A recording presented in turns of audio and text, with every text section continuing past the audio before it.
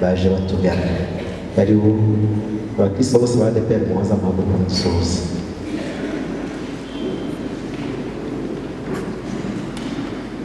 Kabiri gatatu.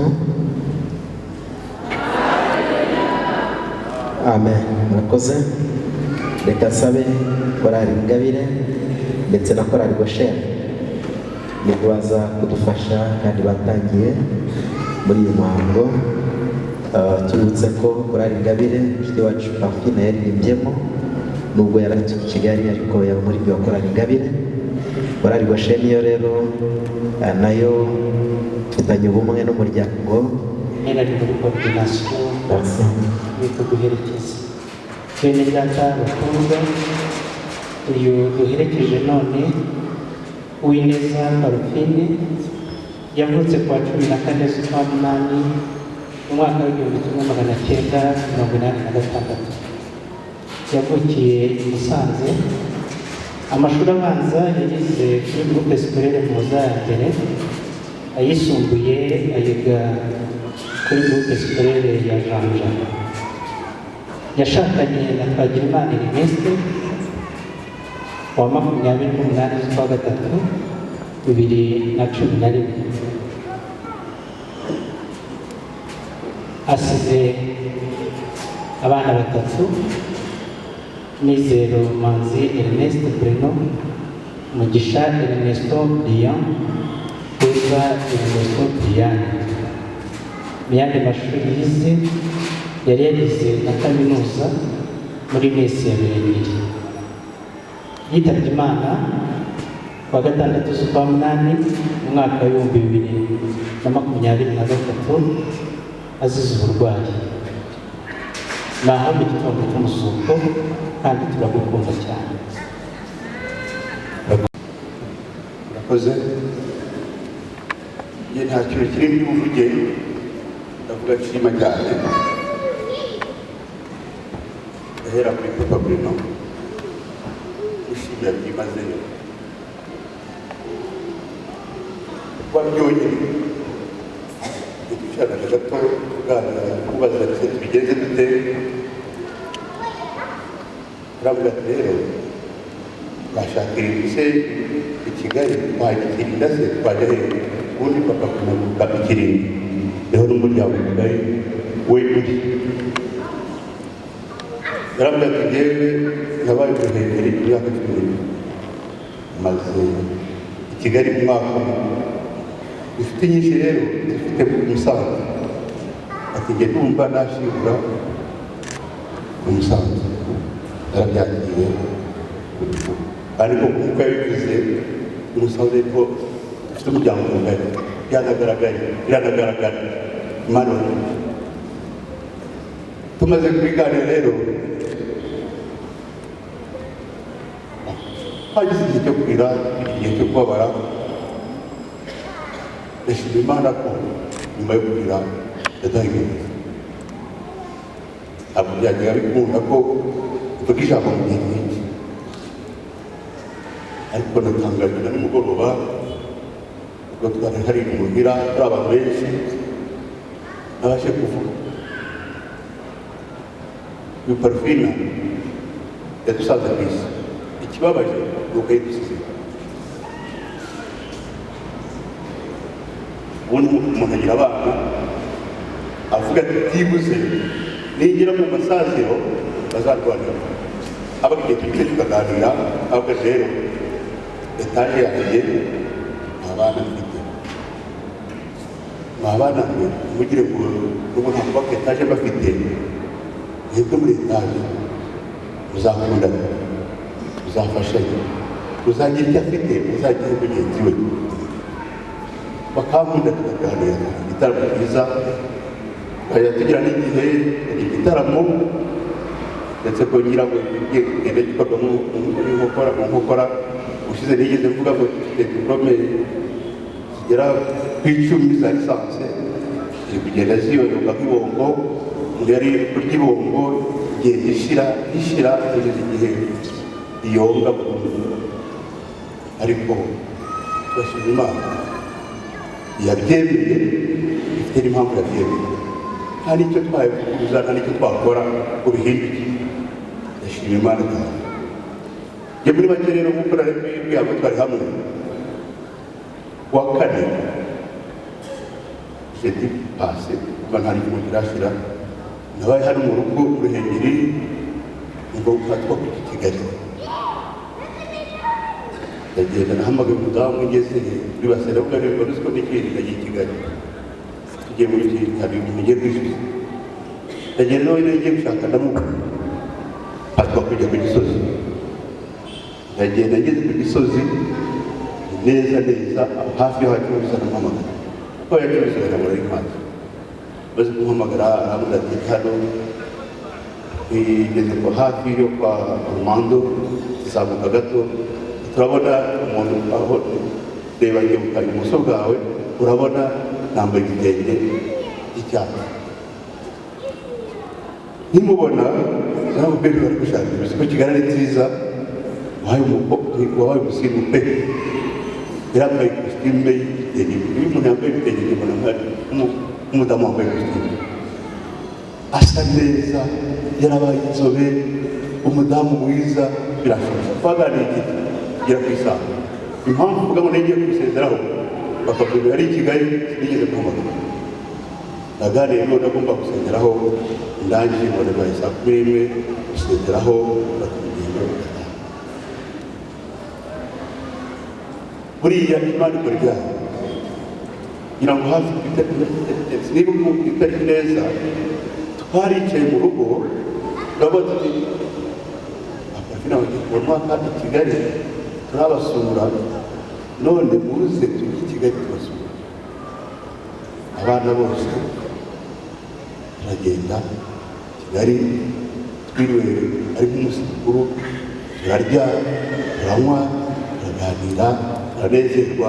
Twavuye Kigali saa 3:30, tugiye gutaha atubwira ngo twifotoze. Ikintu ndabyibutse uyu munsi, ati muze mureka twifotoze, kubera ko nabonaga amasaha yarenze kandi tugomba gutaha. Ntabwo ari ibyo kwifotoza kwifotoza, ingeni hano muri njya nifotoza dutaha.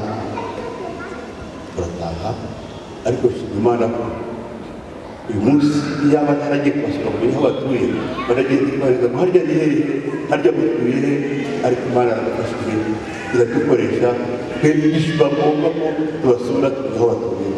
Shima Imana cyane. Muri make rero ntabwo bivuge byinshi, ndashima Papino nyabira n'ibindi bamaranye, nta kibazo na kimwe umubyeyi bigeze hamwe na gito. Bangize inama zonejwe nari bagiriye, kandi na Ernest asigaye mu bana kunze, asigaye mu bana afite, azaza nk'uko Papino adahari sinzajya kwigisha muzehe inama. Ibyo ashoboye, ibyo zashobozwa rwose umwana mu bana. Abashima Imana cyane ashoboje, nibwo bwa mbere mu mateka n'umuntu utari uwanjye uvuga ari umuntu wapfuye, abajya bishoboka. Ariko Imana ntikinya, kuva ejo basha kuvuga, basha kubyakira, nabwo ni ugutwara Imana mpaye, hari niteze nabyo niteze. Imana rero ishimye kuba tugenda yamukoze kuturusha. Nimugoroba niho navuze ijambo Pasiteri Rodiye yatwigishije, aratubwira ngo muri iyi si kugira ngo na bisi,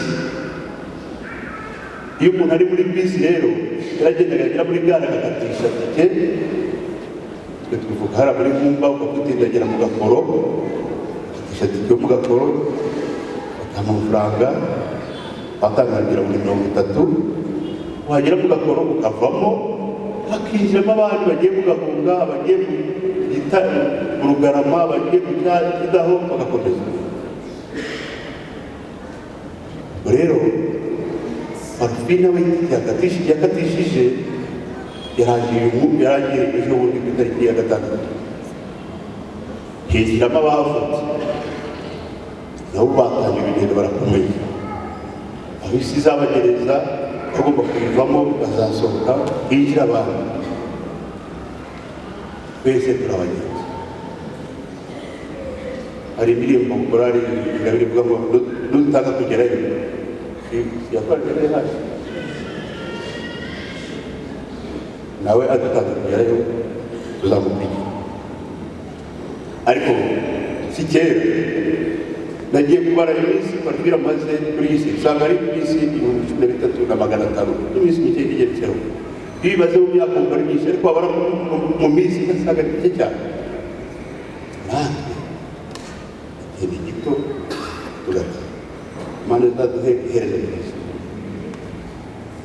wumva aricyo nasaba abari hano inshuti za gahunda twese uko turi aha Imana izaduhe iherezo ryiza byibuze tuzabasha kubonana nawe Imana Urakoze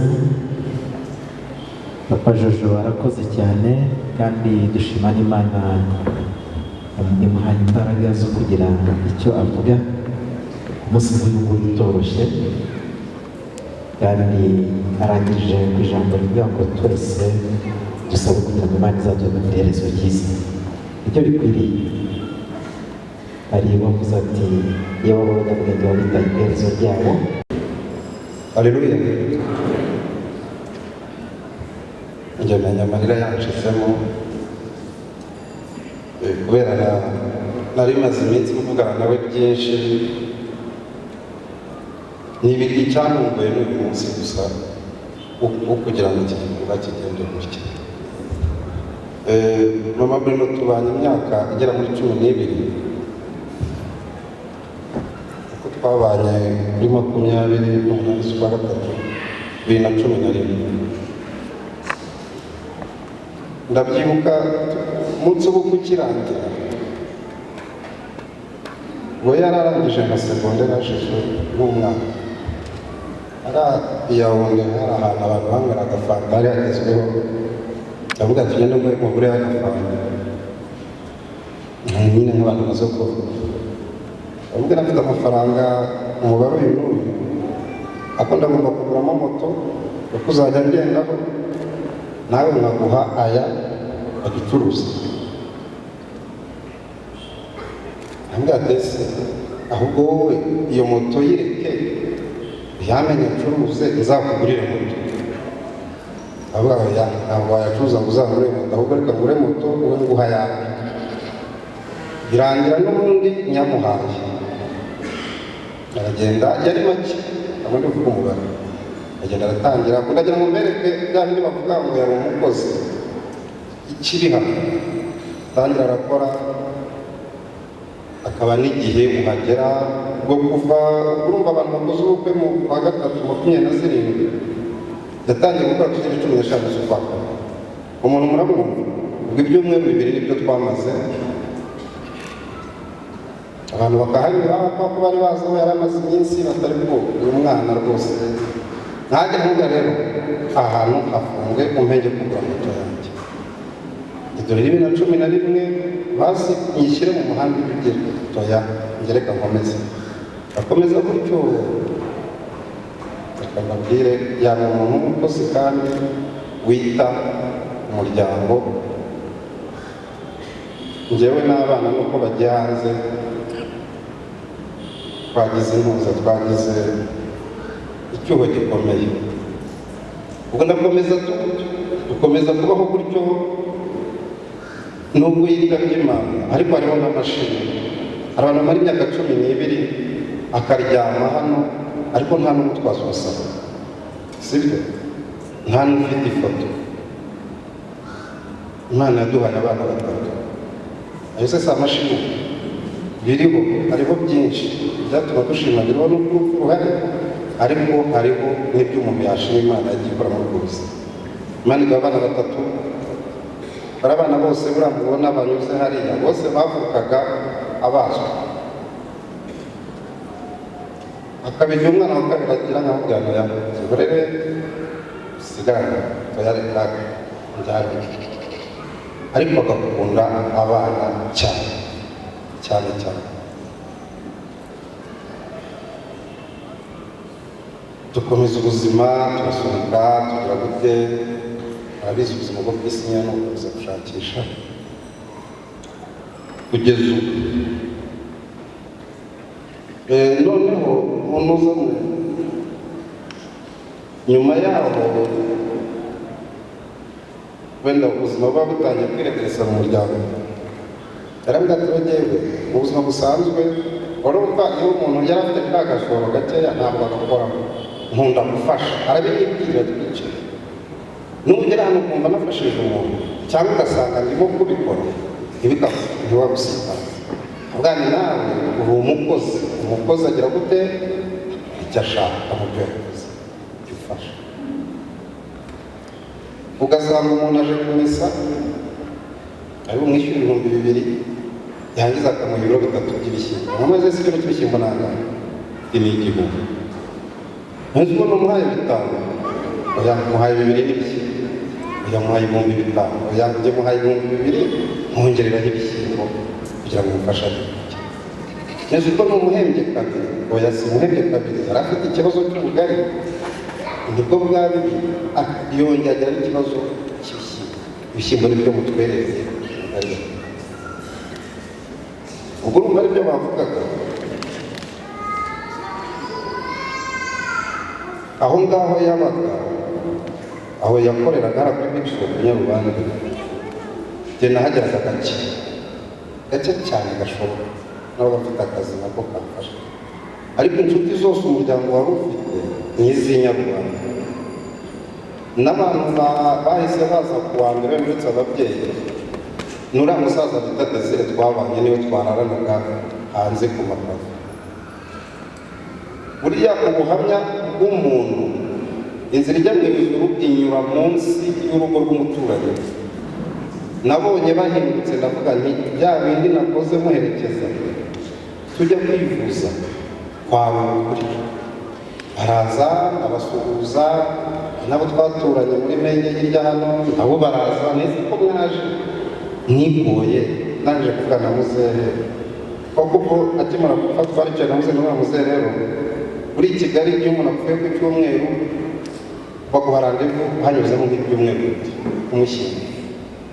Rero mama Bruno yari yarambwiye ko azaririmba muri hose ya munsi, ako kurari yari afite yari Ingabire ni abantu 120, aho kugira ngo njye ngore Ingabire iza kutureba kuko niyo korari cyangwa ngo uri muryango mugari wicaye hano, reka njyewe nyiri ikibazo mwigore tubasanga, sibyo? Ari naho nshimira abashumba uruhare mwabigezemo n'abandi twakomeje gukorana ejo na nimugoroba bari bahari niho batubwiye ijambo ry'Imana, mwagize neza kumuherekeza. Abapasiteri bitonda bakabona abana bakuriye ku birenge byabo, imirimo myiza ibaherekeje. Iki gituma abantu bakomeza mu rugendo, nabo abakobwa bakiri bato bari hano bakagerageza kugira imyitwarire myiza. Nsigiye abana 3 yabakundaga cyane, agiye twaga tutashye hafi y'aho tuba hari akabutike gato, kandi gatese nta mafaranga ufite nari oya namufite afite gahunda, ifite yose afite gahunda arazifite, none nta n'igiceri cy'ijana ntayo mfite inoti. Ahamagara wa muntu w'ubutike ati nguriza shikarete 3 ni 30, akamanuka. Abana bari baramenyereye ko yaje wese mujya imbere mereza akantu, wese akamaga shikarete yarangiza bakicara, akabijya noneho muri rizane ya shikarete ikabura, akabwira umukozi ati fungura urugi rwo muri korodori, agafata imineke yazanye ejo akayishyira mu isakoshi yarazanye, cyangwa se imbuto zari ziri aho akazishyira mu isakoshi azanye, baza batemereza akantu agakoramo akabahereza bya bindi byiriwe aho bakabyina. Ariko nta na rimwe yari yagataha, ntabwo yarenzaga amafaranga 50 y'amanyarwanda, ariko nta rimwe yari yagataha nta kintu azariye abana, nta na rimwe. Reka wenda ngere mu minsi ya nyuma mu kwezi kwa nyuma yagombaga kugenda, yafashe abana batatu, Flora wa nyuma n'ufite amezi ane, afata igitabo cy'indirimbo akava ku kazi, hari abana n'abandi, agafata igitabo cy'indirimbo abigisha indirimbo ya Ndagatama ka Yesu, kugeza aho uriya mutoya ari we usigaye asenga tugiye kuryama. Samaze se abana kubona bari bugiye kwishura mu gitondo, ukaba ugiye kubaraza bari mu bitabo by'indirimbo, wabaretse bakaryama bazarika kuri weekend, atoya baririmbe rimwe nibarangiza bagire gute baryama, yigendera aririmba, barangiza bigisha ajya mu Kristo. Indirimbo zose bakunda kuziririmba gutyo, birangira abana bamenye gusenga, ku buryo n'uriya muto yari ejo namubwiye, ejo twaraye tugiye kuryama, arambwira ati ese tujye kuryama mu mataraza, reka turyama araza, kubera uriya mukuru nawe twari tugiye kurara aramukubita, oya wiryama mu mwanya wa mama, ataza kuza agasanga basinziriye kandi we bakubyukije utinda kubyuka, sibyo.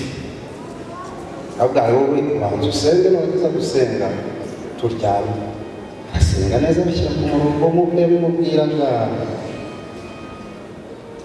arangije akaryama. Rero iyo murangije gusenga agira gute? Atararyama, araryama.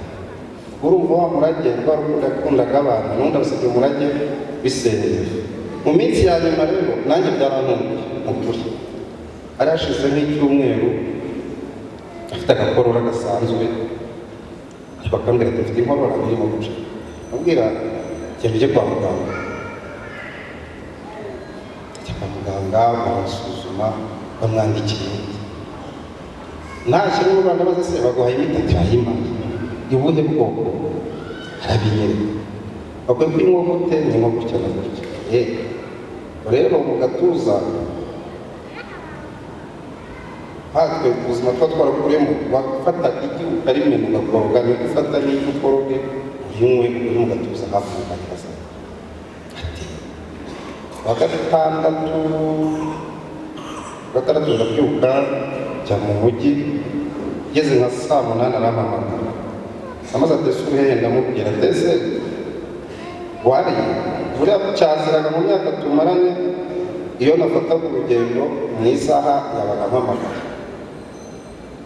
isaha akampamagara ugeze, nanjye sinabyinubiraga, buri saha ugeze ngeza, buri saha ugeze ngeza, ugeze ngeza, sinabyinubiraga kuko nabaga nzi ko nuko ameze. Kuko no mu gitondo hajya twaba twica ukumva hamagaye Yohana, ukumva hamagaye n'uwashatse, uyu hamagaye umuntu washatse saa 1 bari barigashobora kuba yaramutseya. Nawe abinga pastor ukuntu bavugaga, twaricaga tukicaga saa 12, ndumva nshaka kuza pana, urashaka kujya biteguye, kuko nari nzi ko yarangije kugira gute, kumbwira harashize imyaka 8, bitegure tugende, birahari ibyo ujyana agenda. Noneho amamagara mbase uraza kurya hano cyangwa kuri gusanga, ntabwo ndi buze, barabikuzana atarikoze, ntabwo abinzana, ariko ndumva ameze nabi. Reka nkore nka saa 12 ndakugeraho. Ati nta kibazo. Noneho tuvuga kanete nusa tubanze dufungure cyane kwa muganga. Ni nako byagenze, nanjye ngezeyo nsanga yatetse, ariko nabaze sara bari he masaa 2. Hari n'abantu twazarukanye hano bakorana nabo, ati baryamye, kereka kara gatoya kaje,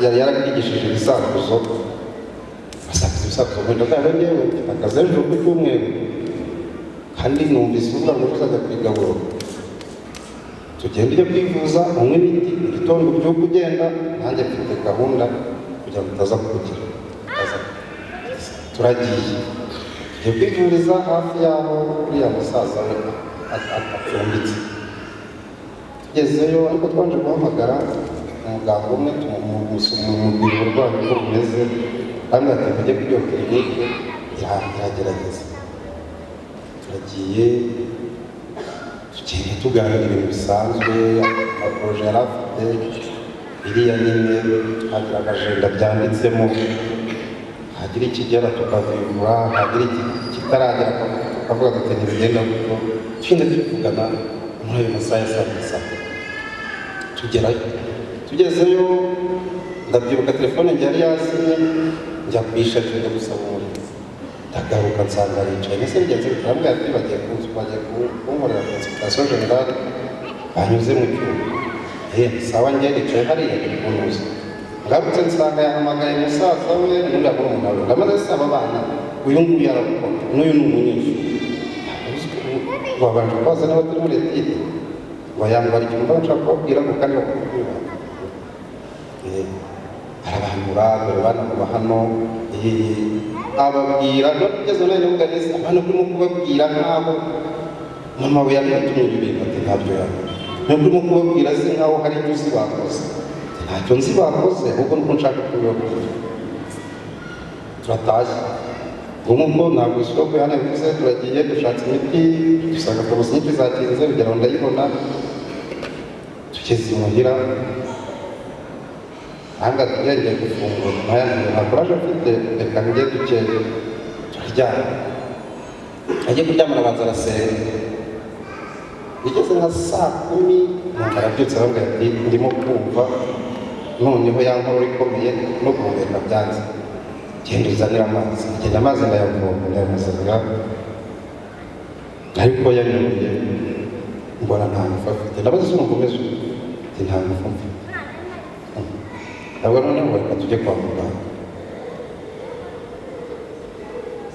akaraba mu maso nk'uko gukaraba mu maso asa n'ubura intege yicara ku gitanda yageze kumutegura intege ziracika hamagara abantu aho hafi aho hanyuma n'amagana uriya munuza n'uriya mudamu tumuterura ariko tuganira kuko twagiye tuganira turaza kumugeza kuri kirinike twageze bati uyu muntu afite intege nkeya reka tubanze tugerageze gushitura umutima hanyuma no guhumeka nta ngufu bamufata amaraso bashyiramo serumu ubwo na Yohana barahageze na wa muntu abaganga ndababwira se murabona gushitura umutima bwemera ati biremera ni ibintu bisanzwe ashiramo iminota 3 araryamye gutya nicaye aha na Yohana ati rero tujye kuri wa Faisal hari imashini y'uruti reka tuyishyiremo nuza muri ambulance wowe wishyura ambulance ndende tumuryamishemo hanyuma n'imashini tuyijyane aseru atari ko imashini yo kuri wa Faisal irahenda ndabwira rero umuntu arasanzwe hari ukuntu yizigamira ubwo nese nsubiza inyuma kwa kundi yabyukaga akora n'ibikeneye n'ubundi umuntu akora kugira ngo bizagere igihe bimufashe mwebwe mugende mugerageze ibishoboka turabyishyura ubwo navuga ngo namara ubundi bwishyura umuzima namara kuba muzima tuzanayashaka baragiye kugera mu nzira tugeze mu nzira maze amabure n'umusu turimo kumva ndimo kugenda ndimo kujya he ndimo kumva ingufu zirimo gucika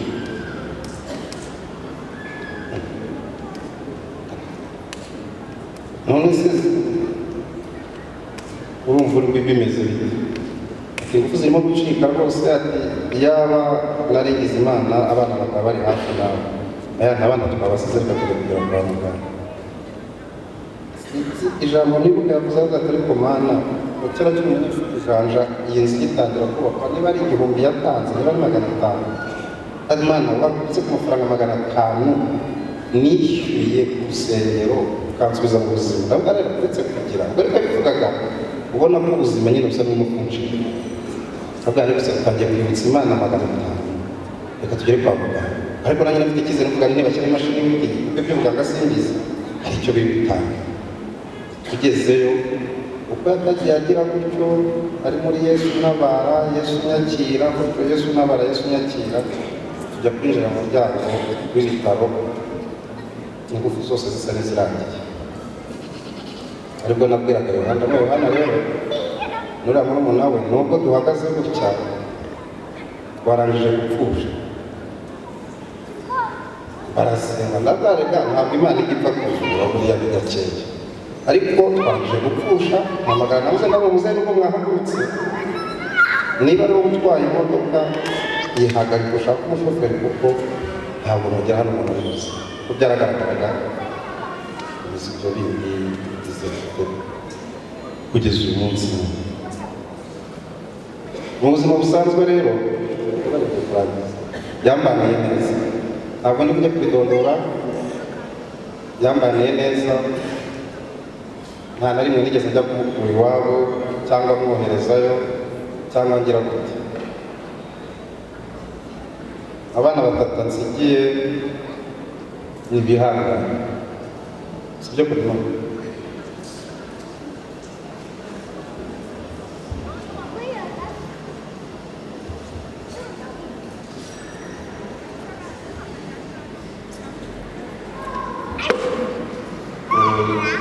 wenda kuko nabonye ko ibintu byose bishoboka ku isi ntabwo ndi kuvuga ngo nzakora ngo nzabafasha nzabateza imbere nzagira gute Imana yonyine yo nibishaka ikantiza ubuzima ikantiza n'izo mbaraga ikampa n'uwo mugisha ibyo nzabakorera nzabikora yonyine yo nibishaka kuko nabonye ko icyo ishaka aricyo kibaho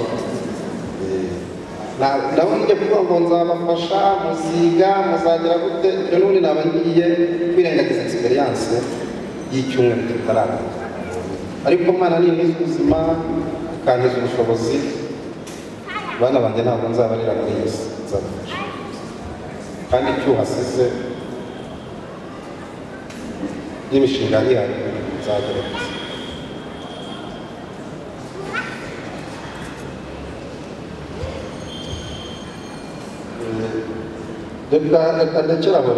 ndekeraho ngiye kubivuga natinda nari narangiye byanditse muri agenda zari paje nyinshi ariko kubera kuza gutyo no nayibagiwe ariko ibyo mvuze n'undi nibyo nari nanditse murakoze